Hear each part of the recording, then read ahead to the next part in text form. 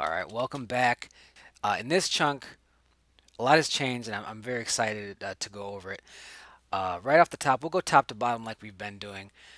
As far as the title goes, nothing there yet. Still, I'm wondering now if I want to do like Tales, Tales from the Crypt, Tales from the Dark Side. So I'm toying with that. Stories, stories of the blah blah blah. So I'm gonna put that there for now, and just I'm probably gonna keep adding to it and see if anything comes. A log line, I haven't really addressed that yet too much. It's a horror anthology script. So, I mean, this thing's going to need to pop. It's going to need to stand out. It's going to have not necessarily a gimmick, but it's going to have to. I can't just put a collection of horror shorts. It's not going to work. So, hopefully, I can find what makes this pop, what makes this unique as we develop the script itself. Interconnected stories is good. We'll see if we stick with the suburban thing. That could be an angle that we put in the logline. We'll get to it. We'll get to it. We'll get to it. Themes. The themes are going to be all over the place. I just like to put that there whenever I do some notes. So let's get in to some of the new stuff here. There's a lot. We talked about Danger Things with the kids. I do think I want to do that. That would be hilarious. Unrequited love story, online dating black and white story. Oh man, I forgot about that. I forgot about that part. I have something below in the outline about this, but I did forget about that aspect right there. This is why you go over your notes. This is why you just keep glossing, keep just like paint. You just another layer, another layer. You just keep doing it, and it will start to progress, and you're gonna get more and more, and you're gonna have a full outline. You're gonna have a full set of notes, and eventually a full script. Melanie segment callback.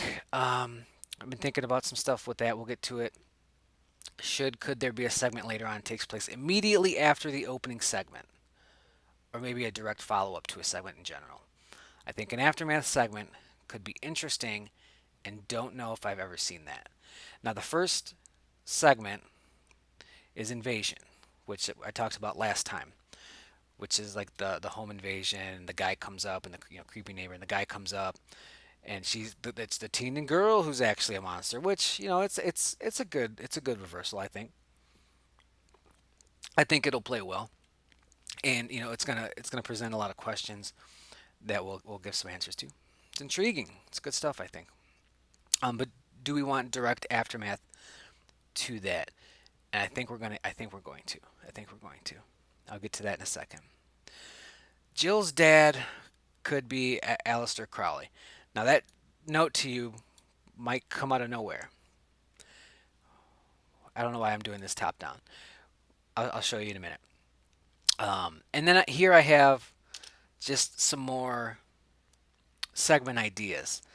Running out of segments, not having enough stories to tell, that's not going to be a problem here, which I'm very happy about. It means I get to really have some fun. I get to pick and choose. It's going to be strong. It's going to be strong. I'm not going to be stuck with a couple weak stories, but that's all I have. That's not going to be a problem. So here's one. A couple gets into a car accident. The guy comes to, outside the fiery car. He's banged up, hurt. He sees his girlfriend in danger. If you have fire, she's trapped, in this car that's on fire.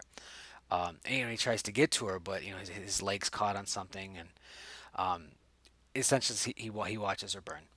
Watches her burn. Now, that's not necessarily a segment beginning to end, but that could be the beginning of something.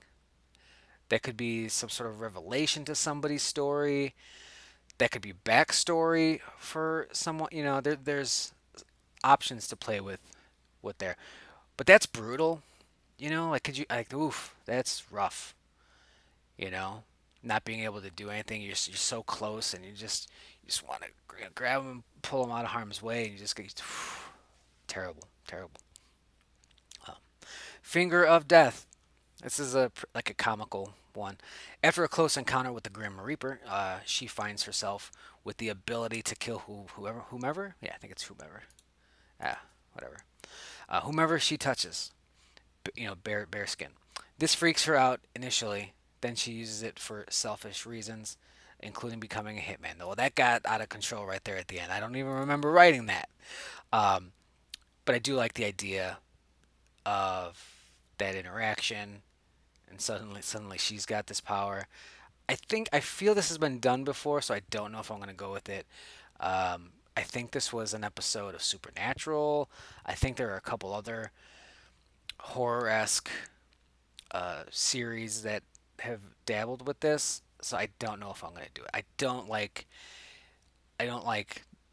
knowingly and willingly doing a specific type of angle that I know has been done. It just feels kind of hacky. And like I said, I'm not running out of ideas. So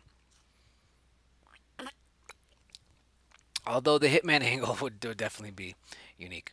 Hell, a man kills himself and must run through hell. Now I don't know about the kill himself part. We'll find out. We'll deal with it.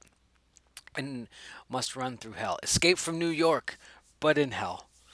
He gets to his destination, only to find out it loops back around. Endless hell. That's neat. That's ambitious.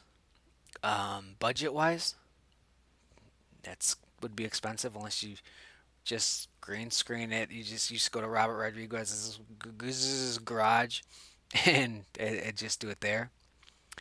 Now, a man kills himself. Once again, I talked about this in the first video. I think um, combining ideas, combining elements and characters to make it more robust. Like this could be the fate right here. This could be the fate of the monster hunter in Invasion. Why not? Jill kills him.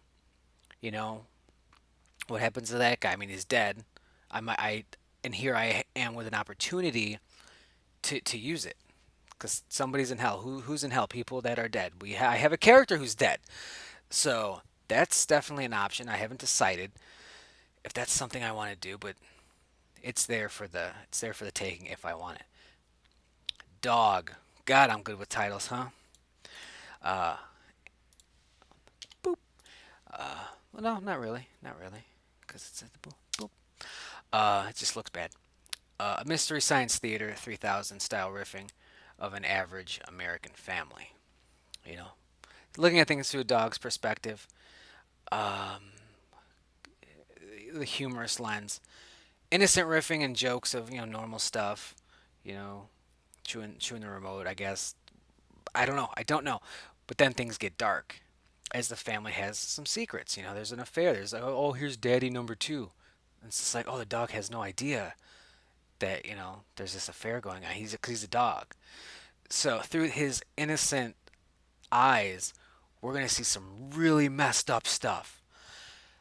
Drug use, possible incest, possible incest, etc. The riffing stays innocent even though things get dark. Dark ending, of course, obviously. I think this is good, especially with the horror anthology. It's a horror anthology. It's a series of horror shorts and horror segments. So in theory, you're going bang, bang, bang, bang, bang, horror, horror, horror, horror, horror, scare, scare, scare, scare, scare. So it would be nice to have a couple of these lighter ones. They're still dark. They're still gonna have horror elements, but we can't have haunted house after haunted house and serial killer after serial killer and killer murderer in the back seat time after time. So I definitely think that this one is gonna go in. I don't think it's gonna be long though. Like this is easily probably gonna be 5 to 7 pages or 5 to 7 minutes, and I think that could be very good. I think that could be very good. Let me know what you think about all of these. I'd love to hear it. I'd love to hear it. Broken hearted. A young man in a new relationship begins to feel physical pain when he's not with his girlfriend. to compensate, obviously, he tries to be around her 24/7 so because it hurts. This, of course, turns her off. She breaks up with him. He is forced to stalk in a way because it's physically hurting him. Eventually, she flies away, killing him. And I don't know about that part, but some sort of ending like that where, you know, I like the idea of, you know, I like the idea of a lot of this. I like the idea of a lot of this. It's a neat concept. I don't think that's been done in the way I'm imagining it. It seems like too good of an idea to not have been done. This is good. And I think a lot of folks could like relate to it. You know, pushing someone away and feeling physical pain when you're not with the person you love. All that kind of stuff. I think a lot of people could resonate with that. So definitely that this is in the running. This is in the running. Dog's probably going to come as well. Hell, I don't know. I don't know. It's just because of the price tag that comes with it. I don't know. But maybe with this project, I kind of want to get away from writing for budget, even though most of these will be budget friendly. So I might just throw it in there. Worst case scenario, if we end up selling the script, they might say we have to cut that. Like we can't afford that. We have to cut it. And it's like well, whatever, cut it. Just let me cut it. Let me do the stuff. Don't touch it. Don't touch it. Finger death probably not. A couple against no card. Like that's just an element that I might stick in somewhere else. These notes are still here as I try to find a concept really, of this universe, something that ties it all together. Still trying to figure that out. Nothing there has really changed. I still want to, so far, kick off the film with Invasion. That'll be story one, and this is where we're gonna get into some new stuff because I have a couple other stories that I've been adding notes to. It's not as fleshed out as this or anything. It's just loose ideas that will probably look like this in the next video of notes. So let's get to that. Down here for Invasion, I have callback to Jill and or the Hunter in other segments. Maybe they want to, yeah. And we do, and we do. Blind date, blind date. This is the online dating one from above, which, as a matter of fact, let's do that. Boop, boo doo doo, boo doo doo. Because this has been addressed, so I get to delete it from my notes and put it in the notes for the segment itself. This is good. 'Cause that's the idea, is to clear out notes, clear all of this out, and put it down here where it matters, the outline. That's what matters. Notes will come, notes will get dropped in, notes will get deleted. So let's go to blind date here. Um, I love the idea of like I said, I was toying with the idea of it all being over a weekend, so it's kind of tied together. Maybe maybe it's all in the same neighborhood. It is in this aspect because in story one, Jill's parents are out at having anniversary dinner. Well, this is where they are.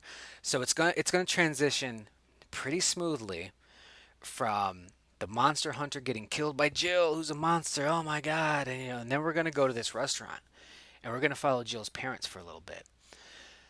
Um, I'm trying to figure out if I want Jill's parents to be monsters themselves, or if they're I don't know. Well, baby steps. But we're gonna follow Jill's parents at this restaurant just for a little bit. Dropping exposition as I need to drop exposition. And after that, we will go to the next table here. Is a nervous and charming girl waiting for her online date to arrive. She has some cute banter with the waiter. She's very nervous. And her date soon arrives. Pleasantries are shared, and we get some quick setup of their situation, what's going on. It's for the audience. Shouldn't be too hard. You just don't want to be blatant and on the nose with it, and I don't think we'll have too much of an issue. Um, when we write the screenplay itself, Like this is something that you know we'll go over. We'll look to make sure that we don't go too hard and too dumb with it.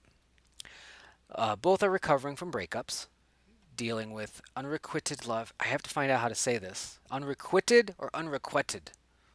Unrequited love. Unreturned love in some fashion. Both of them are dealing with it.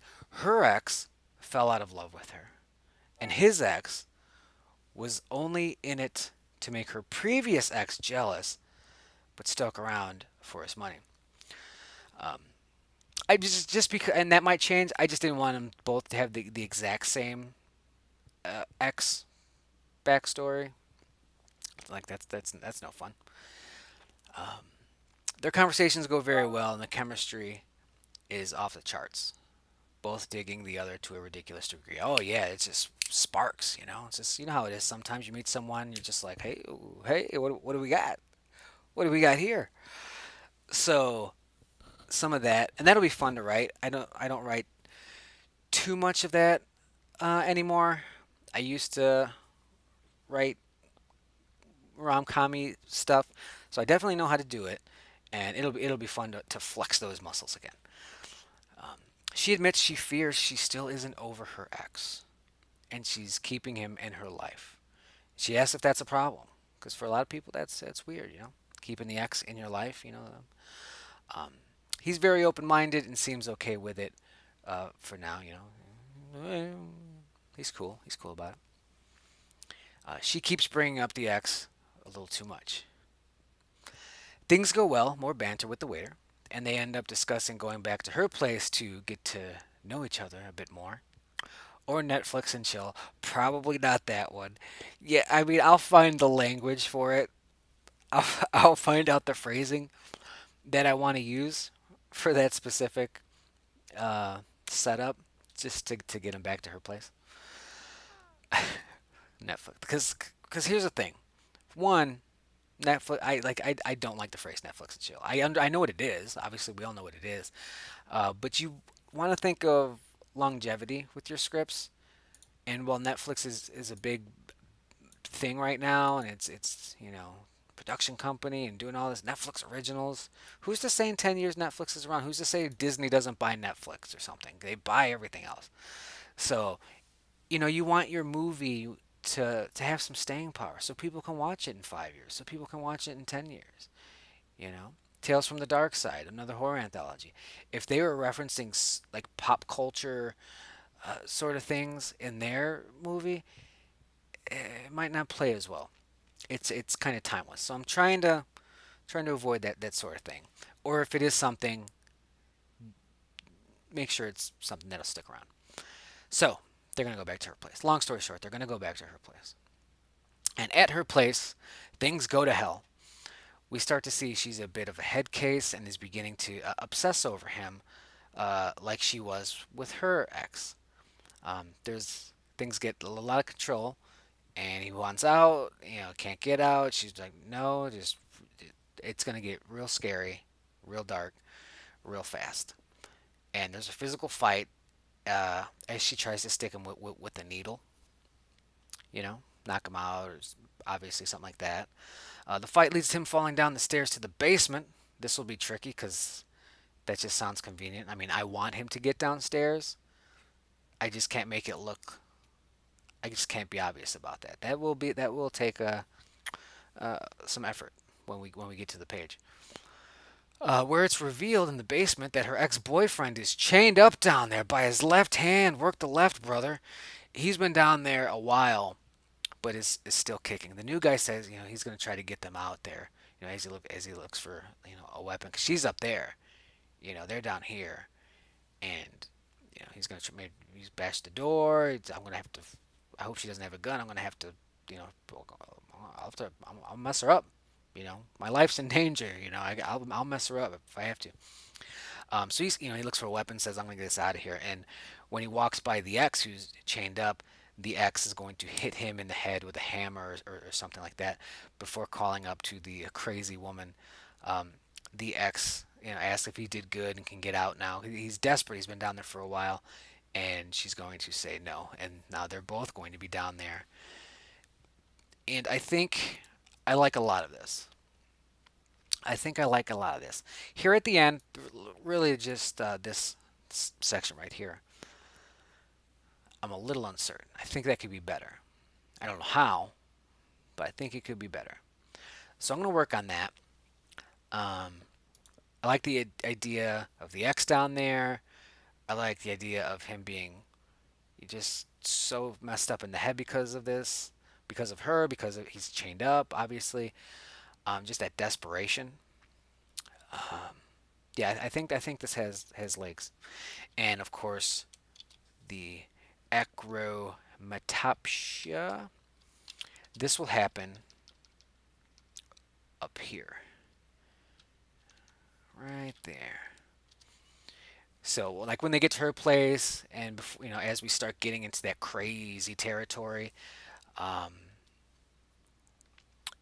I'm thinking brown. I'm thinking he's like her walls or something.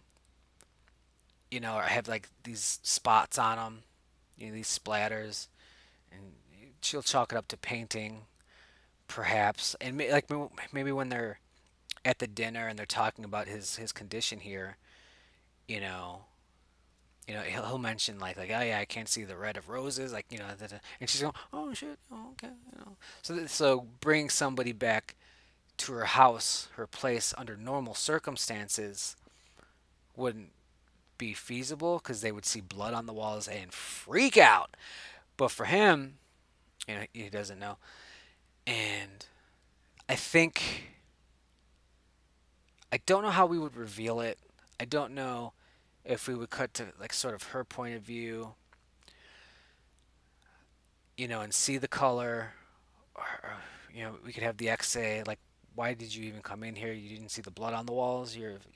That might not be too bad." I don't like dialogue revelations too much, but that one actually might work. Didn't you see the blood on the walls? And as the audience, we're going, "Oh man, that's what that was." Oh, you see? So it'll have to be a subtle setup. It has to be a subtle setup, with a pretty bam of a payoff. I think that might work. So let me know what you think of this story to blind date. I think that could be fun. I think that could be fun. But we're not done. We're not done. Before we get to the third story, I'm gonna want to go all the way down here to just to this is all pretty much remain the same. I just wanted to go to characters real quick and talk about some developments that I've had there for invasion and possible future segments. So I started just trying to fill out Jill's little bio here and just writing that and just freestyling it is helped with some things. So, she's a sweet girl, 16, she's grounded, listen to that. She's also a monster. I think I'm going to go with, a shapeshifter, um, something like that for now. Um, she's not a teenage girl at all. In fact, it's unknown how old she truly is, but it's definitely up there. Her parents are also shifters for now. Their reasoning for putting on this family facade, Jesus Christ, words are really hard today, is unknown to others, but theories are infiltration or other unsavory reasons. It could just be they want to live normal lives and to not be killed by monster hunters.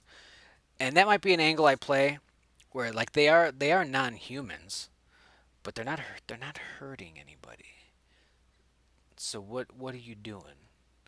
What are you doing, Monster Hunter group? Like your intentions might be good, but you're hurting a lot of innocent creatures in a way. So this is something that's I'm playing with now. And here, just I like to give them a little some flaws. Doesn't speak up, passive, too kind, all that kind of stuff. And I like to give them an arc. This helps me the most just to see where a character starts and where a character ends and what happens along the way. The shifter kills Monster Hunter. Jill, she kills him in the opening segment. She must deal with the aftermath with her shifter family, where we learn they don't want any of this, but they are forced to become the monsters others feel they are in order to protect themselves. So, I do think we might come back to Jill and her family in a future segment. We might tie it in with some of those other things up the page. Don't know yet. Silas, priest, monster hunter. This is the man that Jill kills. A member of, and I took this straight from my Monster of the Week game that I run with my friends, and I pull from things that actually exist and just make some soup, make some gumbo out of it. But Silas is a priest, which I think that could be a fun revelation. Maybe that's one of the last things we see in the opening segment is the cross or the collar, something like that. He's a member of the Hidden Light, a mystical offset of Christianity. The Hidden Light are the direct opposition of the relatively young Hermetic Order of the Golden Dawn, made famous by Aleister Crowley, which most horror fans probably have heard that name a bunch. He's a weird cult guy back in the day. That's about it. The Hidden Light is dedicated to eradicating the world of demons and monsters. This ancient order has knowledge of many supernatural and otherworldly secrets and will do whatever is necessary to keep this mortal plane safe for God's children. So, like I said, they might have good intentions, but I mean, just because they're not humans doesn't necessarily mean they need to be eradicated. Mr. Hill, the neighbor, the creepy neighbor who calls her up. Um, Mysterious, I don't know, mysterious past. Is he Aleister Crowley? That could be interesting. Um, because Aleister Crowley was, I don't remember if he was the creator. He was a big player in the Hermetic Order of the Golden Dawn. That's a real thing. That's a real thing. I'm obviously adding a bit of fiction to it to spice it up for the script. But yeah, so it would be, and Crowley died in like the 60s or 70s or something, or did he? Did he die? Fake his death? I don't know. Is he a monster of some sort? So you can't kill him. Him being around, I think could be a fun element, specifically with this um, storyline, this subplot we have here of monsters and monster hunters. I think that could be fun. Melanie, I forgot to build you, Melanie. I'm sorry. Jill's best friend. She's more modern, than Jill. She wouldn't have stayed grounded. She would have been out the house. More attitude, things like that. She likes boys, hates homework, all that stuff. She's smarter than she lets on and puts on a bit of a show because it's more convenient to deal with high school and life that way. Um, Too fearless, abrasive, overconfident, false identity puts her in bad situations. Don't know what I'm going to do with Melanie, if anything at all. I'd like to. I would like to. Um, but we'll see how that goes. So before we get out of here, I want to go to the third story because we have Invasion, which I like where we're at. We have Blind Date, which is on its way, and we have this third one here. Which Blind Date, it's rough segment title. Skeletons in the Closet for story 3 here. Just working title. This is going to be my ghost story. This is going to be my ghost story, I think. And I don't know where it will necessarily be in the script because what I'd like to do, because my first note here is that it is a slower paced cool down of dread. So I'd like to put it after something that's very intense. You want to have some rhythm to your story here. Pacing, all that stuff, very very important. So don't know where I'll go. For now, it's just going to be 3. A lot of this stuff will be moved around. A family moves and these are loose. So some of these things are going to be contradictory and not make too much sense with it. It's just you got to throw the notes down and start working on them. A family moves into a house with a murder history. It's a very popular premise. Mom and the kids aren't there. I need to find a reason why. Vacation, moving problems. I want them to be on the way. For how the story plays out. He's there at night, and they're on the way. I need to figure out why they're not there yet. It's going to be an issue, but we'll solve that one. So Dad has to spend the night in the spooky new house. Not necessarily. Um, he doesn't have to spend the night. Um, like they're not showing up in the morning or anything. They're supposed to show up at night. So right away, I'm just gonna put just Dad, and he's going to start to experience some spooky things. Now, an issue that's going to happen with this story is, all right, they bought a house, murder history. How do we get that murder history information out to the audience? I mean, it's going to be rough because once again, I'd love for wherever this story is placed, I would like it to be a somewhat smooth transition. So it'll be nighttime. So it's going to be hard to get that out because you can't just have a regular like sort of daytime conversation, with the in-laws, about it'll be fine. Yeah, I know people got murdered. God, it's just terrible just thinking about it. So I need to find a way to get this exposition out. So far, I've been thinking flashback, because it wouldn't be in the paperwork. Here's the all of your paperwork for your house, and here's the page about the murder. Like, gotta solve that. Gotta solve that. So it's just Dad in the new house, moving boxes, that sort of thing. Um, and I have a spooky things list. He's just going to be alone in this house, and it's going to be slow. It's going to be scary. So we're gonna have the creaks. We're gonna have the footsteps. You know, we might mess around with doors and cabinets opening by themselves. Items and furniture being in different spots. Couches against the wall right there. He goes to get a drink of water or whatever. He comes back. It's against the other wall, or it's in the middle. It's moved. That's a little unnerving. And I don't know, because he would notice that. You would notice if the couch is next to a different wall. I don't know if I want subtle differences and he doesn't notice them, but the audience would. That could be a lot of fun. Which is like, oh, that wasn't like that before. He doesn't realize there's a ghost in the room. There's a ghost in the room. Um, I think we'll probably do both. He won't notice some things at first, and attentive viewers would. And then things kind of pick up, and he notices. So I'll probably just double dip. Why not? Nothing to stop me. There's no reason not to do that. So, figures and mirrors. Uh, People are playing Call of Duty Black Ops. Just came out today, and I'm just gotta work. Gotta work on this stuff. You can't just play games all day. You gotta work. Uh, Although I'll probably play as soon as I'm done with this video. Figures in the mirrors, or behind the man, you know, that's gonna be scary stuff. Maybe somebody walking by in the hall, he doesn't notice it, but we do. That sort of thing. His hair moving without him noticing, so he's got medium to long hair, or something.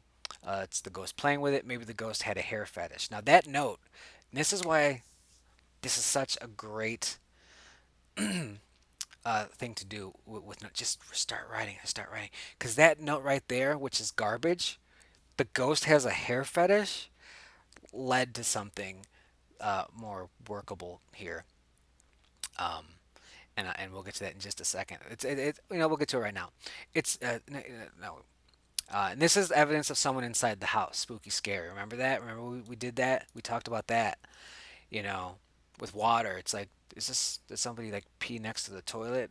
But I'm the only one here. I didn't do that. Who did? So there's evidence of somebody being in the house, and this is a good story to drop that in. Um, Ghost lore, of the murder history of the house. A man killed his wife and daughter, grabbing them by the hair. See, one thing led to this thing. So hair. grabbing them by the hair and slitting their throats. When arrested, the man said he didn't remember doing it and ended up killing himself in prison. He also mentioned dot dot dot. I just need to come up with more stuff. Um, so yeah, we'll establish the murder history, you know, before and or during, the spooky sequences. So we'll know about this. We'll know that he grabbed him by the hair. He grabbed his daughter's long blonde hair, and cut her throat. So we'll know that. We'll have that image. Hell, we might even see it. If we do the flashback thing, we might even see it. So when we see, he's sitting down or whatever, and we see his hair, you know, with nobody there, kind of move up a bit, like somebody's playing with it, like somebody's touching it.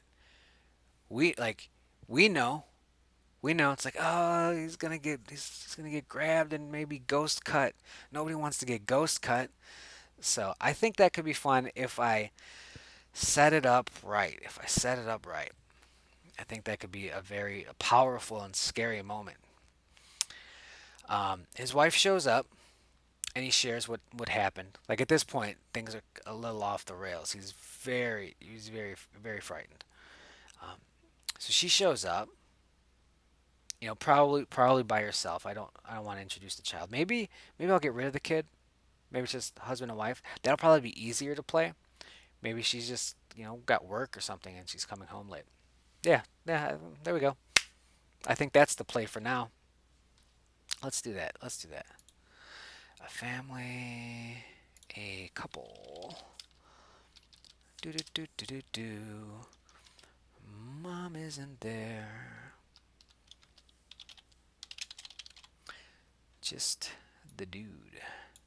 Just the man. It's a man's world. So the wife comes home. Um, and he shares with all this stuff that happened. This moved, and I felt my hair. And he shares his concerns. She goes, okay, okay. They talk about it, and we don't recap too much because the audience just saw all this. We don't need to hear about it. We saw it. That's one thing that bothers me so much when a character is literally recapping things that happen. And it makes sense because you have to explain yourself to somebody. You have to describe these things to somebody. Find a way around it. There are ways around it, and we're going to do that. And drives me nuts. So they do it. At the very least, they do it quickly. And she's like, okay, and puts her bag down and stuff. She's like, I have to go to the bathroom. I have to go to the bathroom. So she goes to the bathroom. He just tries to compose himself. It's easier when somebody else is there. Uh, and as he waits, the front door opens. You know, the jingle jangle of keys, and the door opens, and in walks his wife, his real wife. But if that's his real wife, who's in bathroom? Who's in bathroom? And he hears someone in there, toilet flushing, washing hands. I don't exactly know how that's going to come to a climax there, but that's going to be messed up. That's going to be messed up. Maybe even hearing her hum. Ghost wife is in there humming. It may be he starts to wonder, well, maybe you're actually the ghost, and that's the real. Like, we're gonna have fun with this one. We're gonna have some fun with this one. I think in the end there are more scares. Maybe the ghost itself attacks. Scary ending. And in the end, he wakes up in the house, seemingly okay. It was all a dream. It's not, but that's what we're selling. Then the police knock at the door, and we see the dead bodies of his family, his wife. The cycle has repeated. The spirit of the house has struck again. So that's what I'm leaning towards as far as this story goes. And I think it's got a lot of legs. Obviously, I'm going to continue to tweak things. Like I just tweaked the family thing to more of a couple. Got rid of the kid. I'm gonna do a lot of stuff like that and tighten this up. But I think that's going to be the ghost story of the horror anthology. I think we're gonna really have some fun with that. So yeah, that's where we're at. We've got essentially three stories, not necessarily good to go, but pretty good to go. They'll be developed more next time we do this. In the next video, I'm going to do a little video on research, um, and just talk about what I've been doing, why I'm doing it, um, and stuff like that. So that'll come out after this video, which is probably an hour, even over an hour long. Sorry, I just didn't want to do individual 15, 20-minute chunks. I don't know why. I just didn't want to do that. I wanted to put all like the notes because it's a process, And I think in this one video, we saw where it started, and we see where we are now, and we can see this thing growing. We can see it's flawed. There's a lot of room for growth here. Long way to go, but we're on the way. We're on the way, and that's exciting. So that's gonna do it for this video. Research video coming out soon. Thanks for watching, and I will see you soon.